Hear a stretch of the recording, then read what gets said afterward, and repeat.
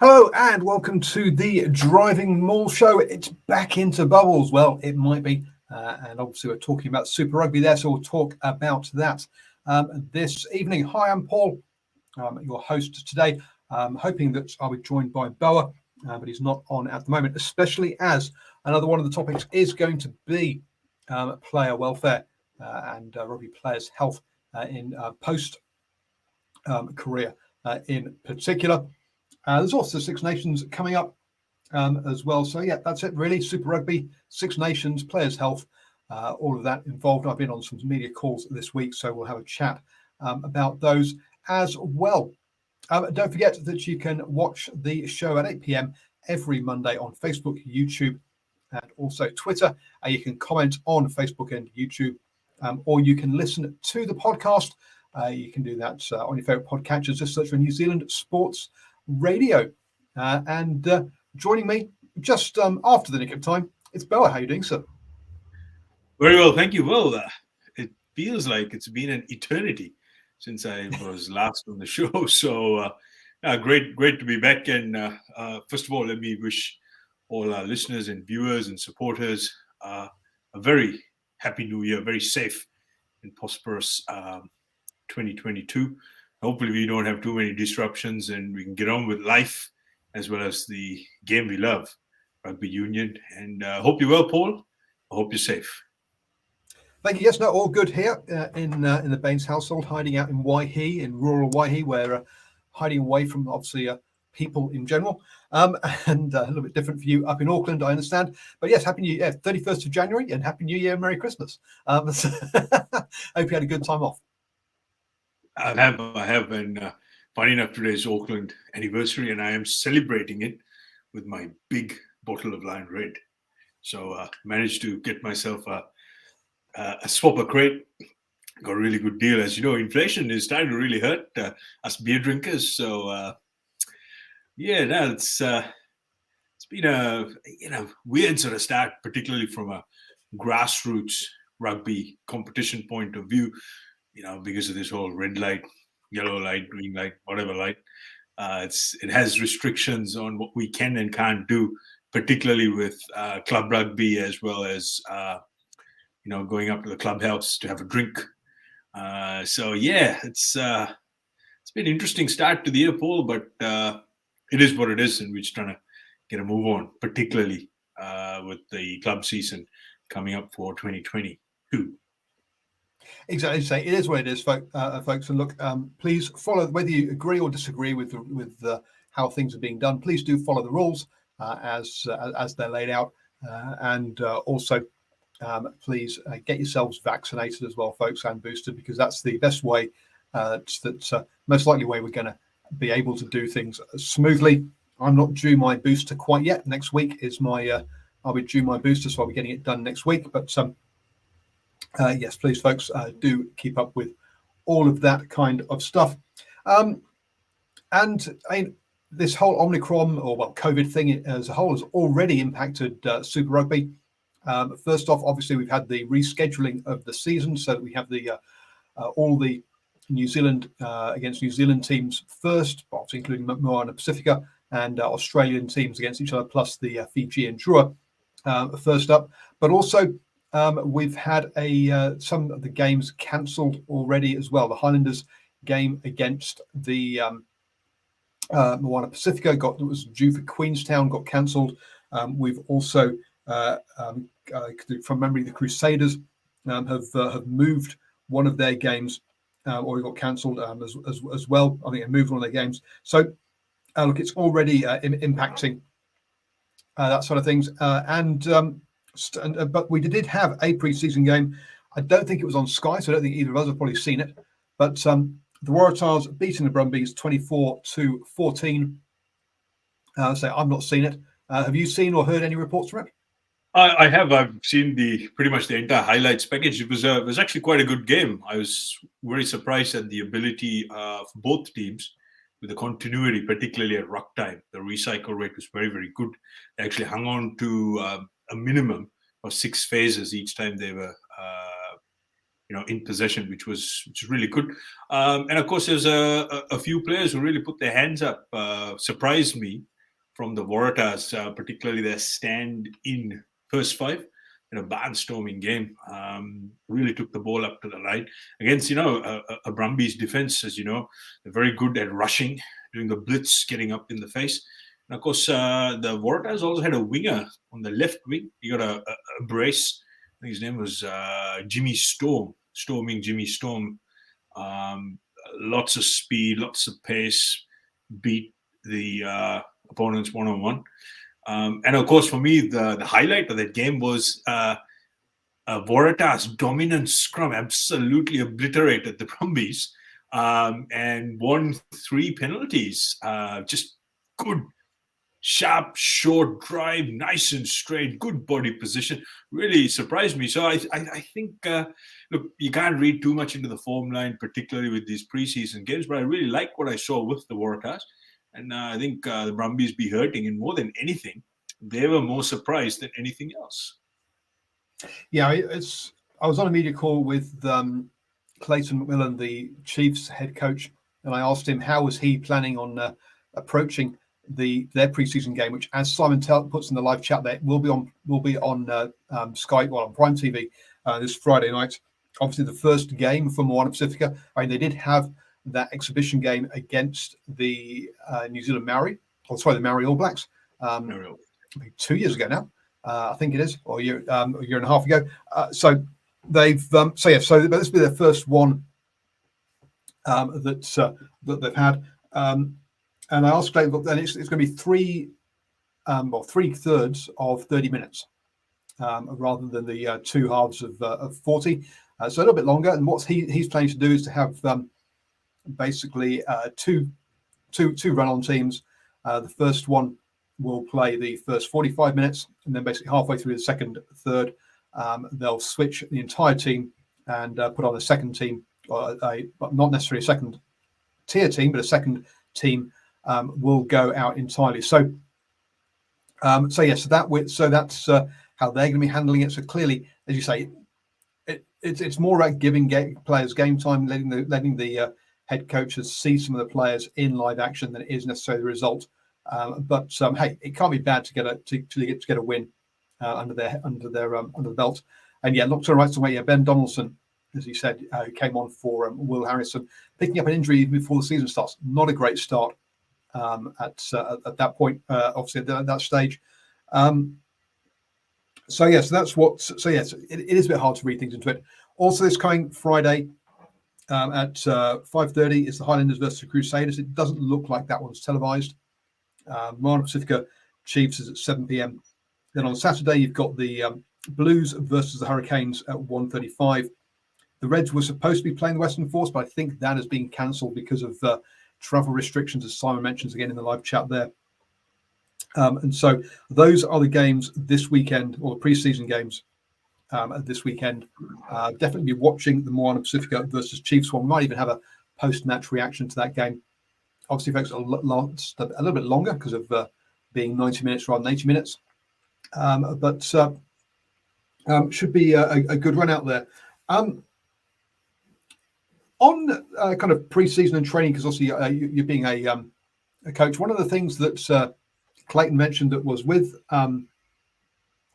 Whitey having headed down to Taranaki to become their head coach, he has taken over the line-out section, and the Gats and Hill are doing the defence with 8 All Blacks forward missing, including 1 hooker and 3 locks.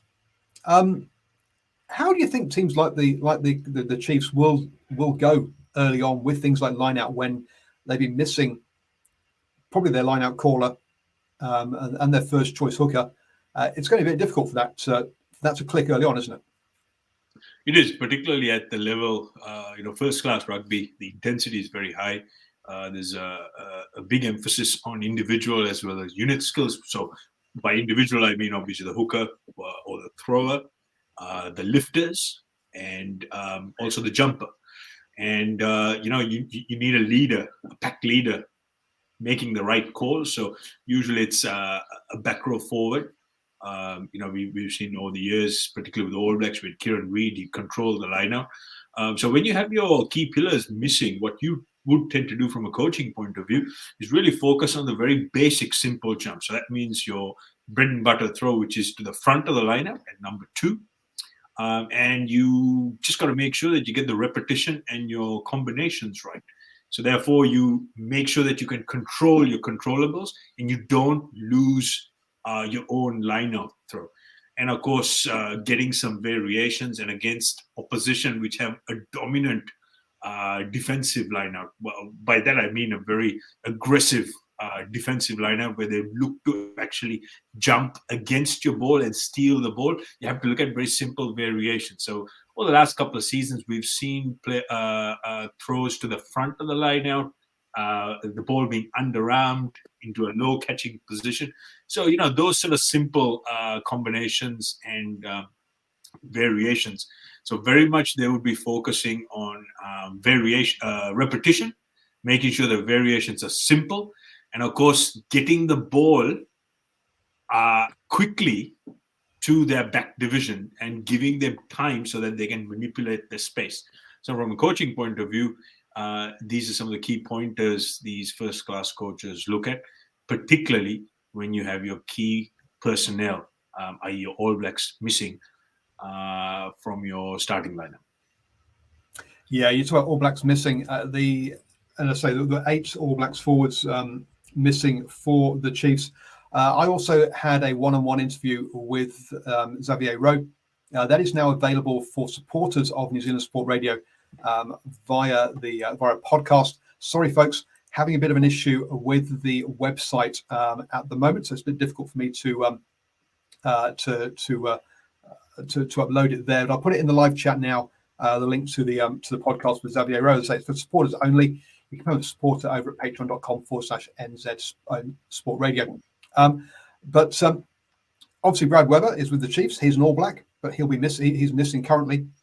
Cortez Ratsuma has been signed up. So he has not had. This is his first season as in Super Rugby, and they've also brought in a cover for Brad Weber from Taranaki. But again, that player is a young scrum half who's got no Super Rugby experience. So Xavier Rowe, with one season of Super Rugby under his belt, is the senior scrum half in the Chiefs camp at the moment.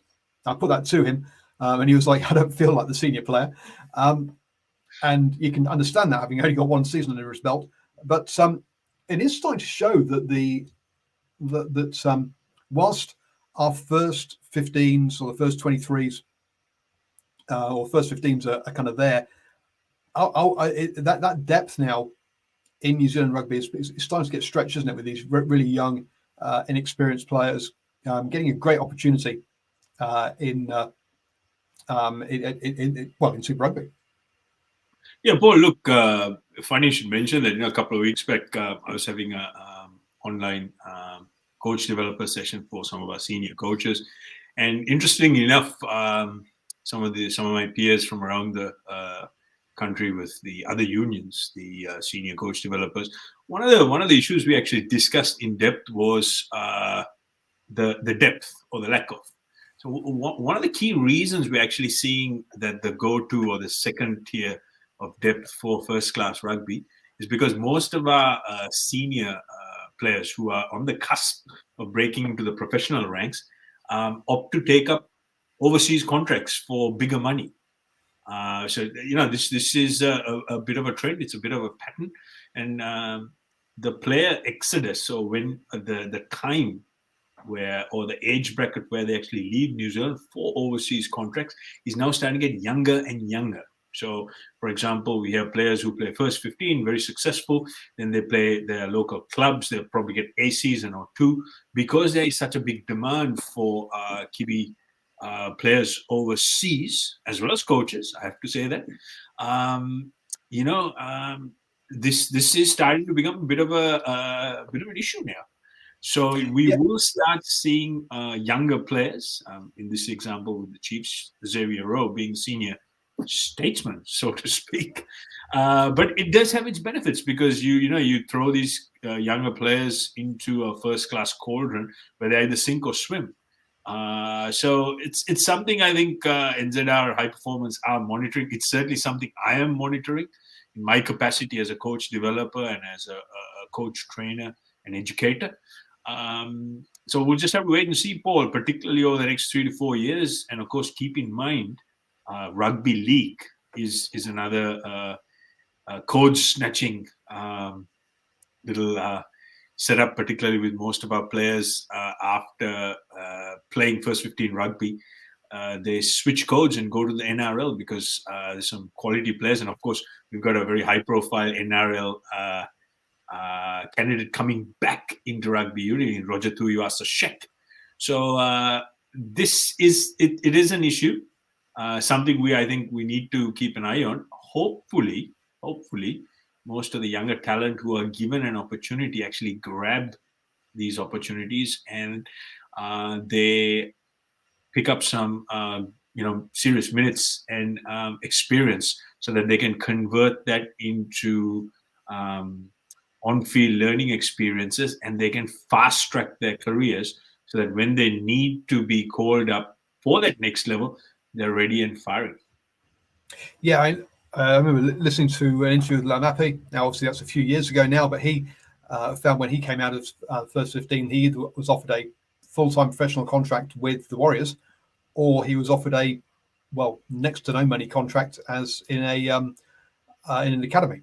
Now, you can understand why people will head over to NRL in that situation. At the moment, we're kind of being protected from that to a certain degree, in that they have to, in the fact that the Warriors are being based out of Australia, so players would have to leave home, which might make some of them think twice a bit, and that lack of seeing family. So perhaps over the last couple of years, that piece hasn't been as many as we'll see once the borders fully open up. But on the other side of things, you say the younger players who have got a couple of years of say NPC, and then maybe had 1 year of Super Rugby under their belts. You look at players like Danny Tuasala, who's over in the USA having a great time with Old Glory, and is being touted as what's. I've not heard of. Obviously, the season's about to kick off, but he has definitely made a good impression over there. And with 13 teams in Major League Rugby, that's an extra drain on global player resources. You've also got now the Japanese One League, which is has made the claim of trying to be the best league in the world, which when you provide no content in English, is going to restrict your audience and your marketing base. But there you go. So they've got some work to do. But that's also stepped up as well. So yeah, we are seeing more and more players go. So Dr. Wright, will we see diminishing returns for the All Blacks with the player drain, with the drain of players? To a certain degree, but we're also finding that at the moment, I don't think it's a problem. I don't think there's anyone that the All Blacks want that they've lost. Again, perhaps Charles Piatow, but it is in its ones and twos. They've lost not significant numbers in that kind of area. There's the odd player that you've heard Hansen go, I wish he'd stayed around, but they're generally fringe All Blacks, not first choice ones. So at the moment, it's not a problem. If I can answer, put my 2 cents with Dr. No, that's a great question. Look, I think short term, we're not going to see this, but medium to long term, it could potentially have an impact. But one area, again, as a coach developer with my senior coaches I mentor, one of the key areas we're looking at is getting senior players understanding and becoming better at the skill of self-learning. It's something we have excelled over the last 5 to 6 years at the All Black and Super Rugby level, and that's consistently why we do better. But again, that's primarily because most of the players involved had 4 or 5 seasons under their belt. And there's been a lot of learnings which are banked by NZR High Performance. And people like myself, we focus on educating coaches so they can transfer those skills and get some of these players to be better at self-learning. So, for example, skills like the offload. Obviously, Sonny Bill Williams was a great exponent of it, and that's something which we looked to spread right across senior players and get players to learn this art in a self-learning capacity. So, with the pandemic coming in, it really forced them to work on their own skills. But because we're starting to see a player exodus, particularly the younger players leaving, this would be a bit of a challenge. So I think medium to long term, nocturnal, we might actually see a little bit of a depletion. But again, you have to understand the NZR are very clever to put into place strategies to counter this. So we'll just have to wait and see, I guess, over the next couple of seasons, particularly after the next World Cup, how this affects with most of the senior players either moving on or retiring. Look, I've been critical of a lot of what New Zealand Rugby do, but one of the things you have to take your hat off to them is, as you say, is managing that All Blacks squad and contracts. They do that very well. They keep the vast majority of the players that they want, sort of 90-odd%, and they're very good at that. Now, I think that has led to them neglecting other parts of the game. But you got to say at that level, they have done a great job so far. But yes, still question marks as to what's going to happen around the Silver Lake side of things, which will have a big impact on that. But we'll have that's again is something that's bubbling under the surface still. Obviously, it's gone quiet relatively recently, but it has been bubbling there. And one of the things that we sort of discussed. That I discussed with Clayton when he got when they announced he got the role was last year was about that. About a third of the players that will play in Super Rugby aren't part of that first contracted lot. Now, with COVID, everything I'm hearing from all the coaches, both that I've got access to and stuff that you hear basically in the public domain, is they are all expecting some form of disruption due to COVID this year.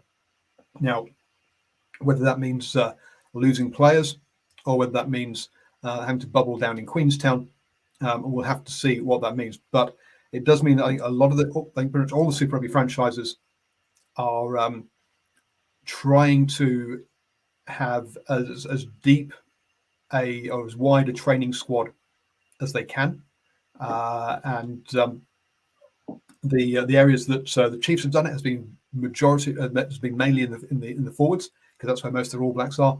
But I think I think they're all expecting some form of disruption. And this rumor of a bubble down in Queenstown. Boa, good idea, bad idea? Trying to get all the teams in one place and bowled up. What do you think? I think it's very sensible. It's a very practical sort of idea as well. And again, from a logistical point of view, it just keeps the cost down as well. And particularly NZR, if they have to subsidize these high performance teams, either first class setup, it just makes things a lot easier. So from a practical point of view, I think it's really good. And of course, I did see a news article the other day, the Queenstown mayor coming out and saying, we're right behind this, we're ready, we're waiting, we have plenty of rugby grounds, plenty of gyms, plenty of bars, plenty of pubs. So, from a economical point of view, it just makes sense. And of course, with the current rules, and I have to say, I'm starting to become a bit of an expert at this now, having studied this week in, week out for the last 2 weeks. It is still extremely confusing, and the language around it is, I'm going to say, quite ambiguous. But I think by having them logistically in a area of about 10 square kilometers of each other to manage the bubbles, multiple bubbles, is a very clever thing to do. And of course, it'll make NZR in the eyes of the public seem a responsible employer, doing taking every practical step, which is what basically the red light settings expect employers or reasonable employers to do. So I think it's a good move, and of course, it's another news item to report as well, and it just keeps the interest going. So we'll wait and see, and hopefully, fingers crossed, we won't see this great modeling disaster of 50 million cases a day or whatever it is happening in any of these rugby teams getting infected. So yeah, I think it's very smart, very practical. Yeah, look, I mean, it's signs. Yeah, the Queenstown Bowl expected to be for the first month or two. Look, I mean, it's all rumor at the moment. There's nothing official has been announced, and it will be obviously that is that is tracked. Now, yes, I can see the practicalities of it. I'm not sure about the cost side because obviously it's hotels, etc., have to be paid for. So what you save in travel, you probably lose in accommodation. But either way, I think for players with families, with young and with kids or with loved ones that they're not going to see, sort of locking or going into a bubble at the beginning of February with a tournament that runs through until June. There's going to be a number of players who are going to be reluctant to commit to being away from their family for 5 months. Now, clearly, it's an issue for them because this is how they earn their living, right? so if you don't do that, how are you going to pay for the checks? But if you are a fringe player who is not going to get much game time, it's got to be some question marks around how that's on that side of things. I think it's going to be difficult to get them to get these players to sign up. And out for the All Blacks, you're signing up for 5 months for this.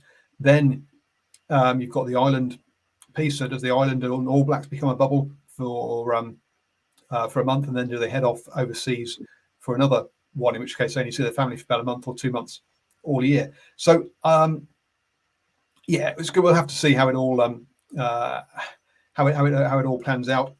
But I think it's going into it at this early in the season it'll be a month. Yeah, right. You don't know how long it's going to be.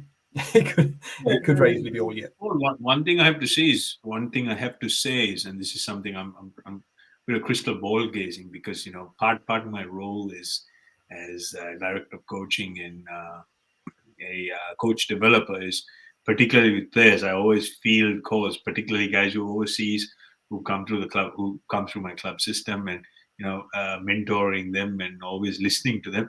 And mental health is going to be a big issue here, particularly with these younger players, these millennials, because they that's what they expect, a certain quality of life with mental health, and they're actually quite open to talking about it as well. So it's for some of the older guys, it's a bit of a learning process. So what the way I see this going down over the next decade is we're going to actually see shorter career spans with most professional players. We will see a lot of players actually ending their careers a lot earlier, primarily because they don't want to be committing to biological bubbles every year for, let's say, 10 to 12 years. It's just not going to be practical purely from a mental health point of view. And most of these younger players who have young families, it just means that they're not going to actually be there physically to see their kids grow up. So this is going to be a huge challenge for high performance, particularly for mental skills coaches, and also how high performance contracts are managed.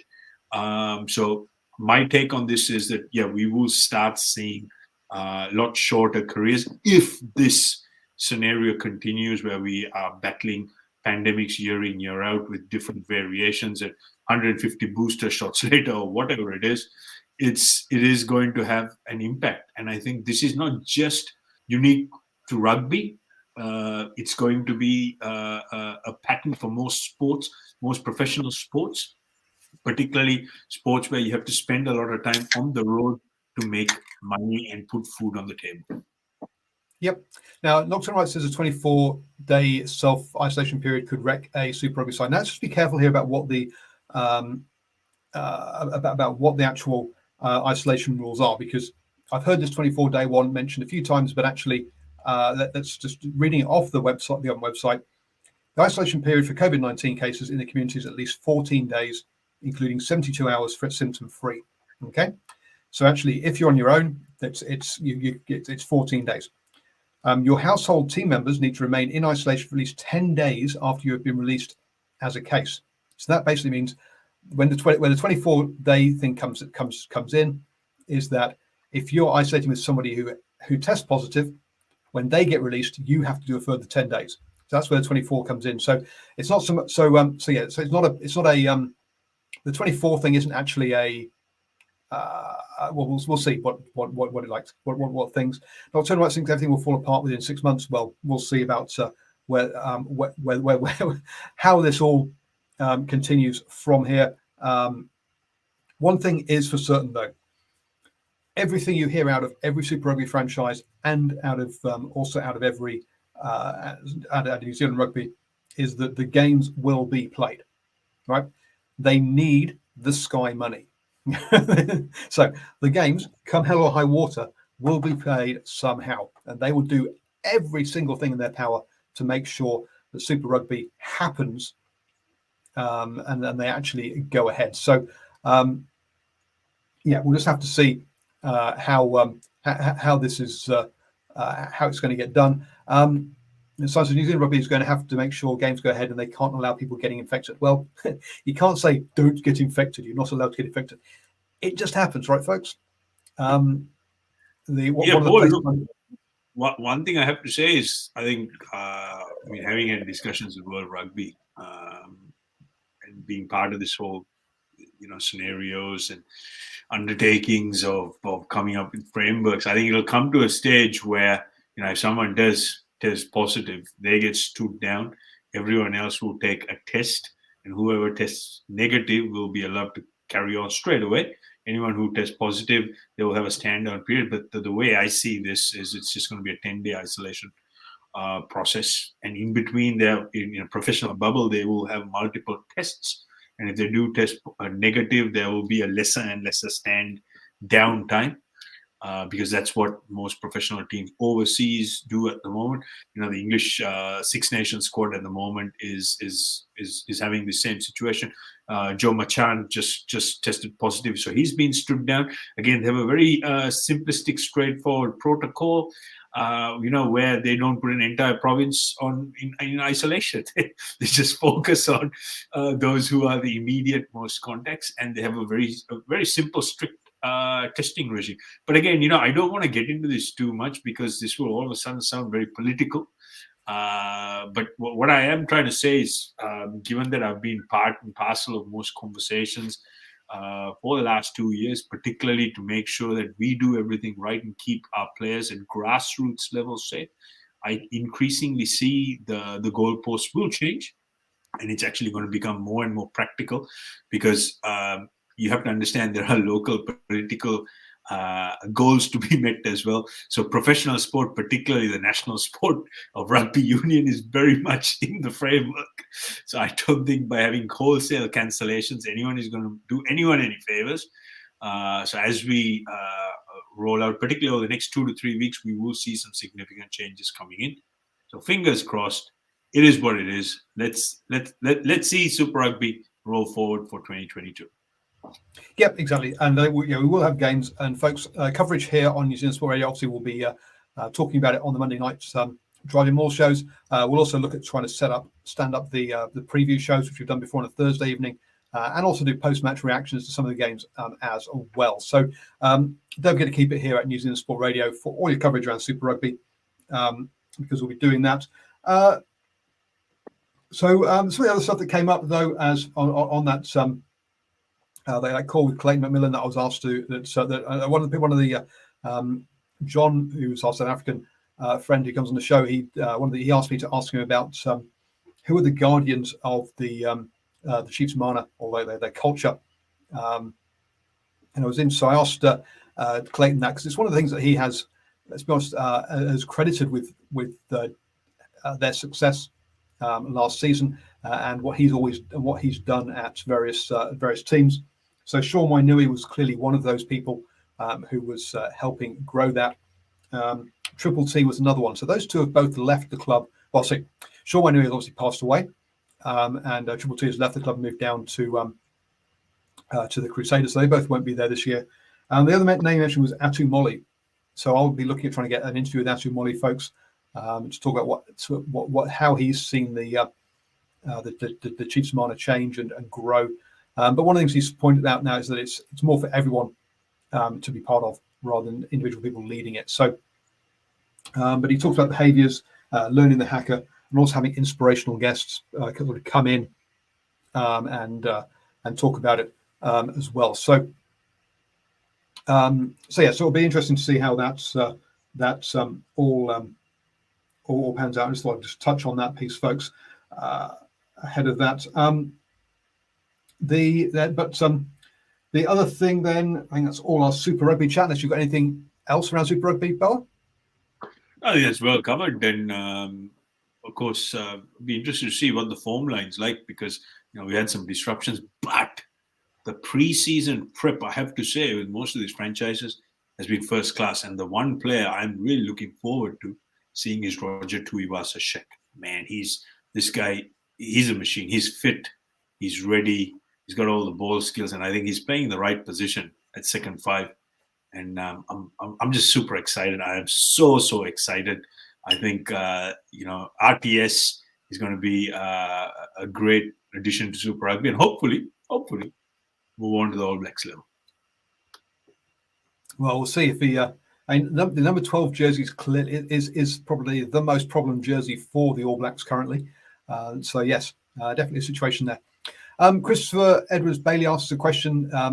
Hi guys, do you think New Zealand or Samoa in the men's and New Zealand in the women's could get relegated from the Sevens series because they've not played a tournament with relegation back on this year? No, put bluntly, New Zealand, the All Black Sevens and the Blackburn Sevens teams will not be relegated from the World Series.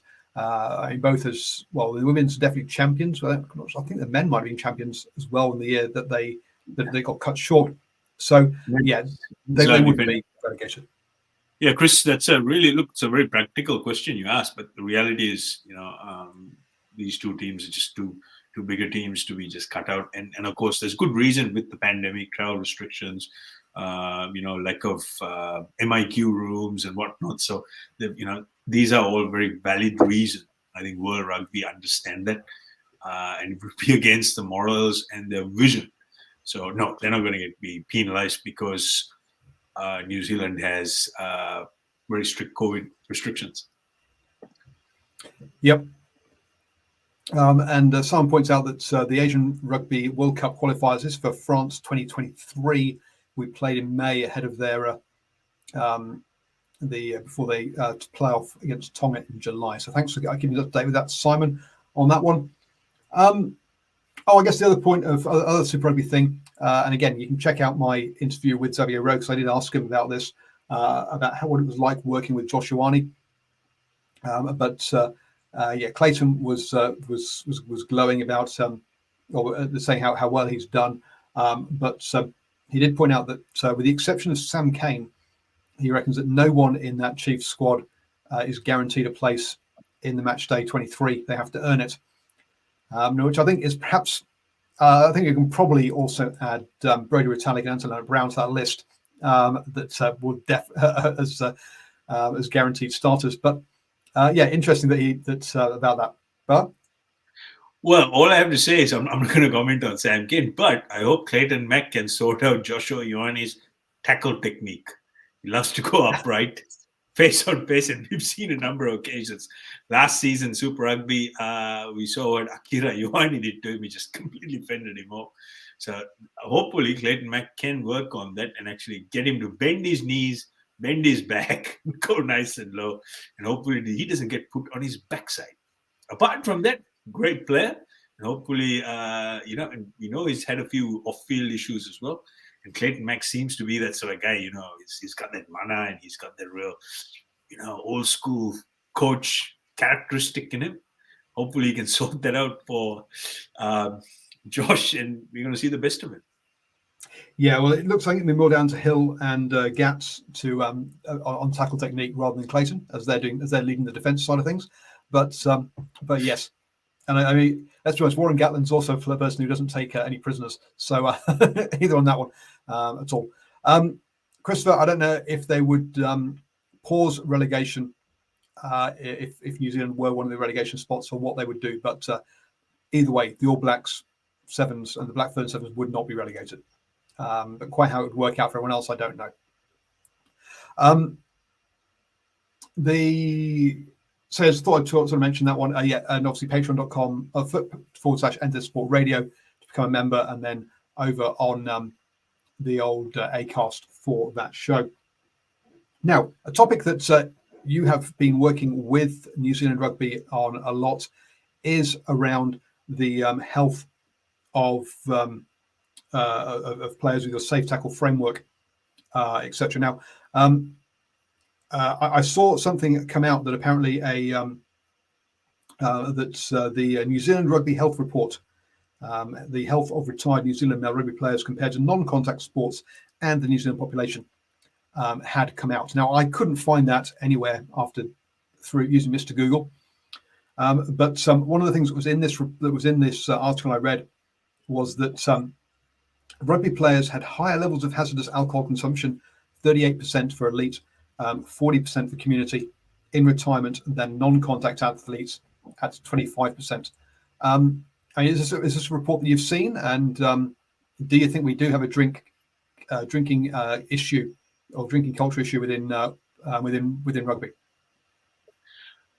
Yes, Paul, I have seen this report. It was commissioned with the Auckland University of Technology, or AUT campus. And again, it was, I thought it was quite an interesting report. To answer your question, is there a drinking culture? Well, it really depends on what you define is acceptable levels of drinking.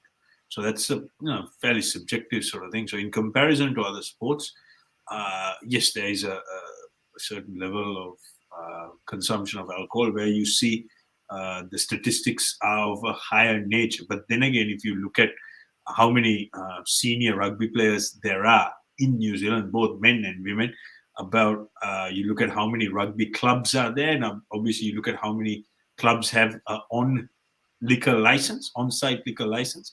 You got to give this some kind of perspective. But I guess the real concern here is that where particularly past players after professional level of playing senior rugby, where they use alcohol as a coping mechanism. I guess that's where the crux of this report is looking to go at. I'm not going to go too much into this detail because we'll probably have to take all night talking about it. My opinion is there needs to be more awareness and education in and around this. But that can be said about a lot of things in contact sport. And we are starting to get more and more aware of it. Now, there's a model as an educator I have come up with. It's called the AEIOU. AEIOU. It's the majority of the vowels. It's nice and simple. A for awareness, E to educate, I to integrate, O to outreach, and U to unify. So once we are aware that there is a situation, we need to try and educate. We got to simplify this and make sure that we get the message across and it's really in your face. Then we look to integrate with particularly past players, alumni, with clubs, because as you know, after a game where most people would go to have a communal drink is at your local rugby club. So again, we have to try and integrate and educate these people on what acceptable recreational alcohol use is. Yep. And then, of course, if there are people who have issues, we want to try and outreach, and we need to put in place a mechanism where they can feel that they can come forward and, in a safe environment, openly have a discussion. And of course, once all these segments are met, we unify as a nation, as provincial unions, grassroots, and we start sharing this information. So, look, it's a bit of a shame that it took this long to commission a report, and much like most things in rugby, be it concussion, high head shots, I guess it is what it is. But yes, there is merit to this. But what I would like to see is, rather than look at the short end of the stick, we actually need to put in place a framework where we can actually look at educating people and actually come up with a common denominator saying, look, this is what we would accept or expect as an acceptable level of alcohol consumption. But again, we don't want to get into this nanny state as well, because we've seen plenty of that over the last 2 years. Next thing you know, you're a past player, you might need a alcohol consumption passport. So, this is something I just think there needs to be a lot more discussion, and it's all about education and awareness, which is probably lacking, for a better choice of words, in the current context. Now, look, I mean, I don't want to try and become sort of look like being sanctimonious or anything about this. Look, I'm having a beer, Bella's having a beer while we're doing this show, and we enjoy a drink. So come on. So look, this is not a from that point of view. I go along to my Rugby Club and enjoy a beer after a video of the game. I think the important things here, as you say, let's get is about the problem drinking rather than the recreational or acceptable level drinking, and B, also make sure that for those who don't want to drink, that's acceptable in that environment as well. And as long as we have those two things, I think we'll be in a better place. But so clearly, look, it's an issue that needs some looking at. And look, having a lot of beer on an occasional basis isn't necessarily, I personally don't believe it's necessarily a bad thing, but it's when it becomes it says hazardous. So when it becomes bad for your health, when it impacts your family, your social life, and you're drinking to excess, that's where the problem comes in. So I say, far from us to say that all drinking is bad. No, that's not. Don't think we're trying to put that across. Whilst I was searching around for that report, though, I came across another report which is out of the UK. Again, mental health and well-being of retired and amateur rugby players and non-contact athletes, but it's a UK one. And some pretty scary things in this one, where retired elite rugby co-players scored consistently worse for psychological signs of depression, anxiety, and irritability when compared to amateur rugby co-players and non-contact. Elite players also reported higher number of sports-related concussions. It's all about retired people, folks, or stopped playing. Don't think over 60s. Think over 30s. Over mid-30s. Also, sleep disruption was also higher amongst elite rugby players compared to amateur and non-contact. The history of 3 or more concussions was also significantly higher for those elite athletes. 1 in 5 elite rugby code athletes reported they would not seek help from anyone if they had a problem or were upset, and that's an issue that I think is the scariest of those. There is, folks, please do reach out. I have had mental health issues and need help and see a doctor on a regular basis. So do reach out, folks. But look, that 3 or more concussions being higher is exactly what you're trying to avoid with your elite your safe tackle framework, isn't it? Yeah, very much so. Look, Paul, one thing I have to say is, look, with contact sport, and over the last sort of 4 to 5 years, pretty much on a daily basis with some of my players who come through the club system, my role has been sort of, be like their shrink on the phone, talk some of these matters through. You have to understand, in any professional sport, there's only less than 5% of all players who actually really crack it financially. That's just the reality of it. Okay. And in the pursuit of success, and success is defined in a number of ways, but more so economically as well as financially, players are willing to do extraordinary things, put their bodies on the line, and endure, physical pain, and really push themselves to the edge. So where some of these mental health issues actually come through is this: when you start falling into that 95% decile, particularly at the professional level, if you fall into the lower percentile, where you actually start questioning yourself, is the return on my time and investment actually worth it? Because, I have a number of conversations on players. James Haskell, the retired English back rower, he's publicly stated that sometimes he has to spend up to £2,000-3,000 just on cortisone injections to numb the pain. And if you recall, famously he came out and said he was on a $26,000 contract when he was in the Otago Highlanders. So again, this is the reality. This is the reality. Most fans would see the tip of the iceberg where, they have this assumption that most of these players are on top dollars. They're not. I can assure you that. Only less than 5% who actually make seriously big bucks. And it's a dog-eat-dog world out there. It is ruthless. What's that movie? No Country for Old Men. Same sort of thing. You have to be really willing to push yourself right to the edge. And that takes a toll, more so mental than physical, because the mental scars you cannot see. The physical scars you can, because you're limping around, you're hurt, that sort of thing. So it's again, we come back to the education and awareness. And I think the professional sport needs to put in place more emphasis, particularly with coaches and coach developers, coach educators, to train players, because particularly at the elite level, most of the emphasis is on physical training. When the heat is on, we look at focusing on players on how they cope physically, but the mental aspect is often neglected, and most people don't actually know how to train their players and prepare their players mentally to handle the heat.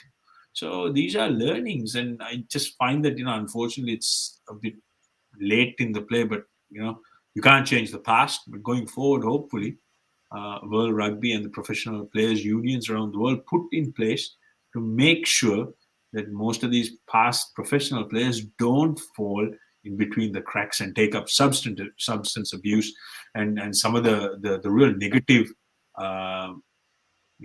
subversions, domestic violence, and obviously drug abuse.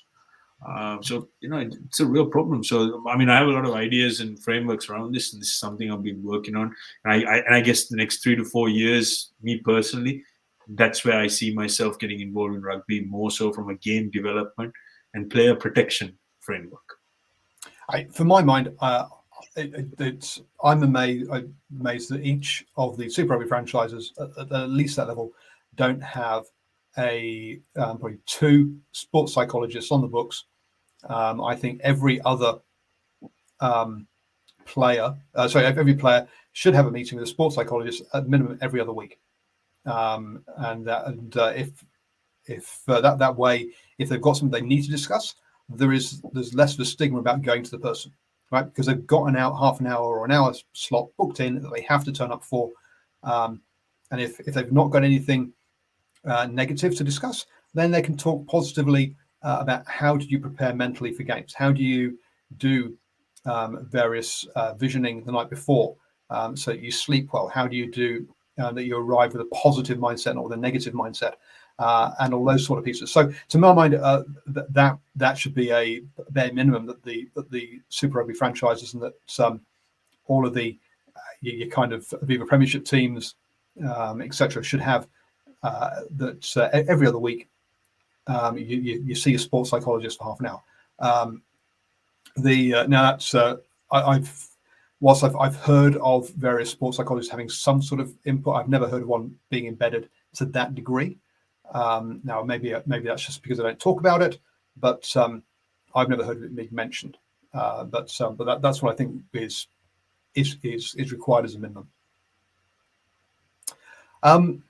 Moving on then from that, so actually you're talking about hobbling there. I think the report also mentions something about some sort of arthritis, that is a higher rate of arthritis in rugby players.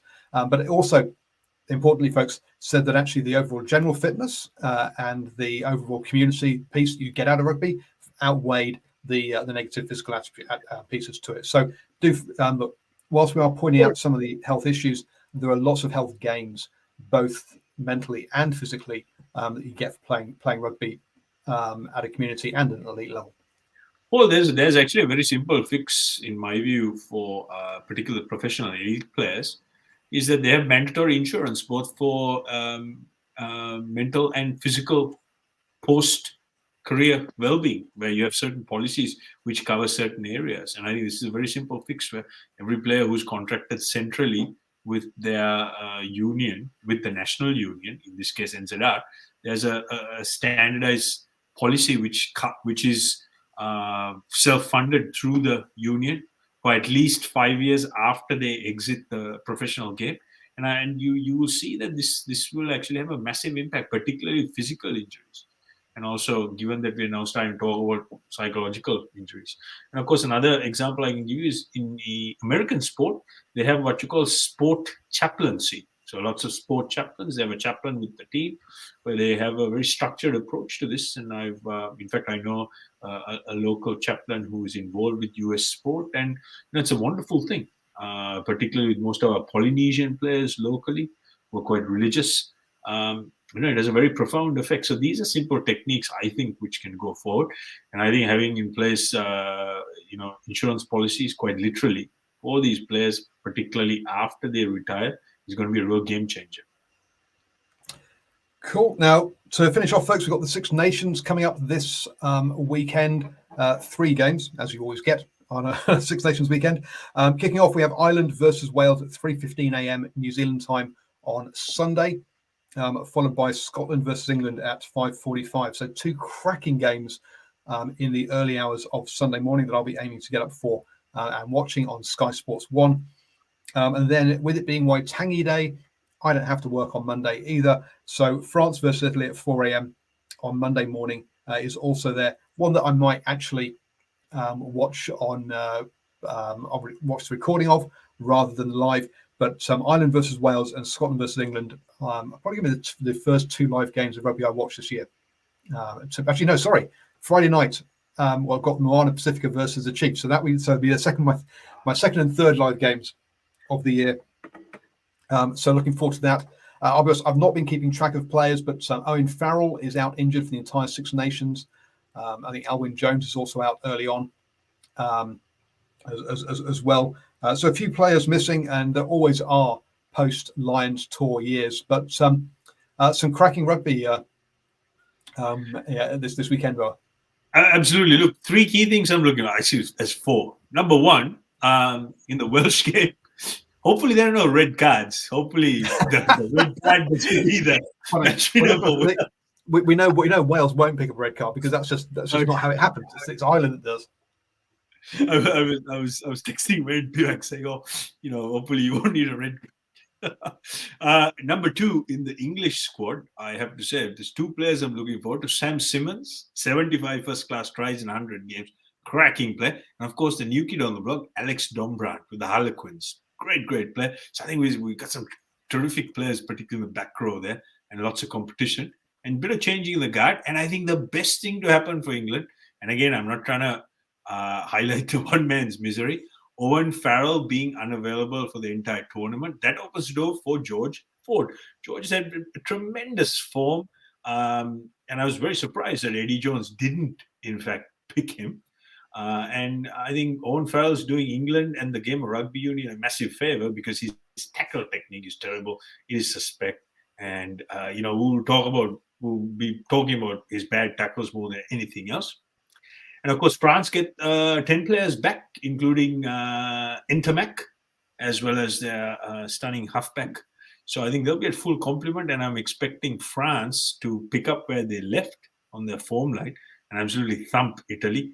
And look, big question mark over Italy. If they really don't start performing, you got to ask yourself a question, what on earth are they doing in Six Nations? They don't actually add any value. I think it's time they actually went back to those 5 nations. Or if our mates from South Africa are really willing, they should be included.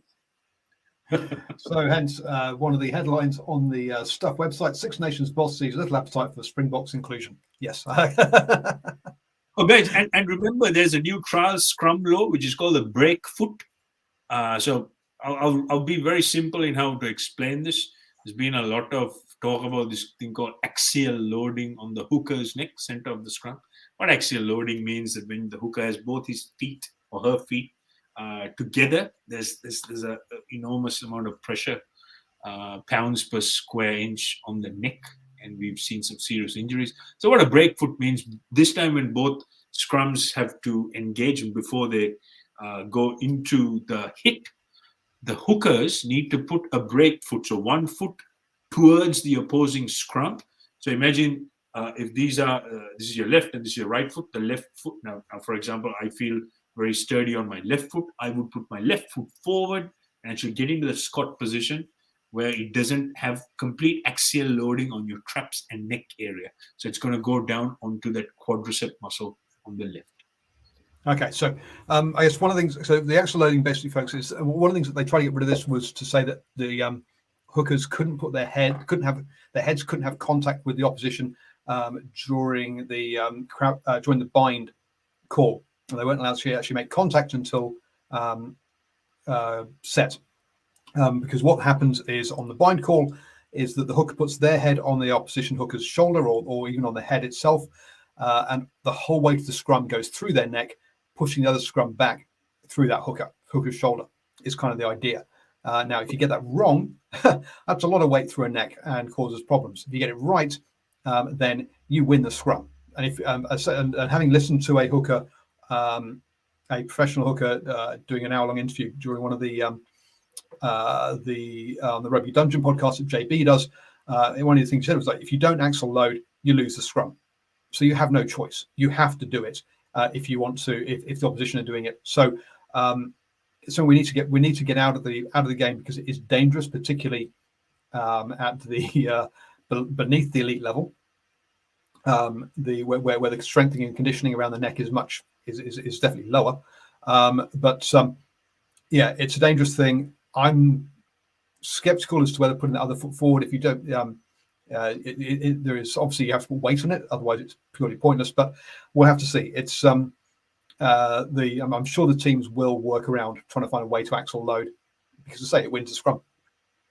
Look, Paul, this constant tinkering of the rules is driving me nuts. I think it's just ruining the game. What really should happen is, simplify the scrum. 1, 2, 3, you engage and you drive, but you just got to make sure that everyone drives nice and straight.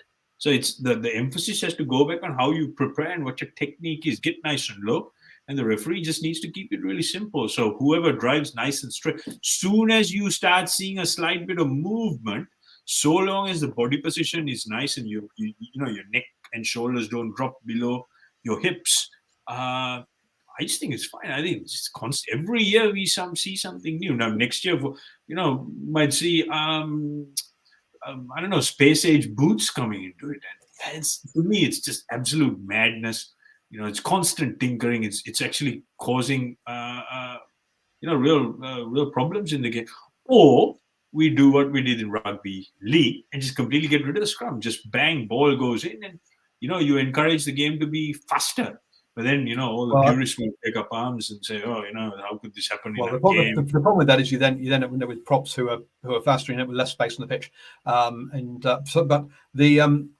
To me, I don't see why the front rows don't engage first, and then the locks bind, and then the back row bind. That way, you get rid of the hit from it. But there you go. That's my one. As Dr. said, he'd give 20 seconds for formation, penalty kick for tardiness. Look, that's a separate issue around timing and loss of time due to scrums. But yes, that is another issue that needs to be sorted out as well. Again, the more ball in play time we get, the more time players get, the more space we'll eventually get as well. So and it also means that players have more cardio if the ball is in get play more, which means less strength conditioning, which means slightly not as hard car crash collisions, which means hopefully players getting hurt less. Lots of theories, lots of nice things to think about, and knock-on effects of different rulings. But yes, we're just listing a whole bunch there, and I think we probably could go through spend another half hour just saying how all these different things impact each other. But Boa, we have come to the end of our time. Great to have you back on. Happy New Year, sir. Do stay safe up there up in Auckland, and hopefully we get some. Well, I'm expecting to see Super Rugby. Hopefully we'll be able to get back to some of those games as well. But it's been a pleasure. Thank you very much, sir. Oh, thank you. And look, like I said, I hope everyone has a great new year, and we see some uninterrupted rugby. We see some good running rugby.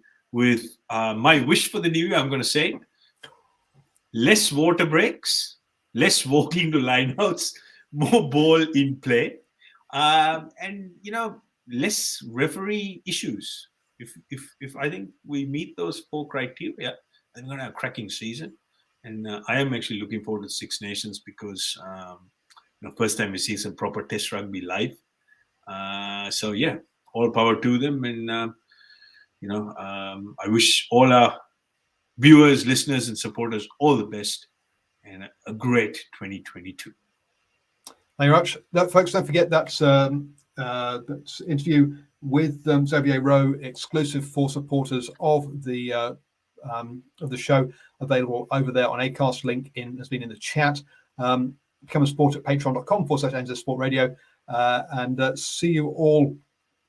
Hopefully we'll do some post-match reactions to a couple of the Six Nations games, and maybe also Moana Pacifica versus the Chiefs. And we'll be back here at Monday, 8 p.m. next week.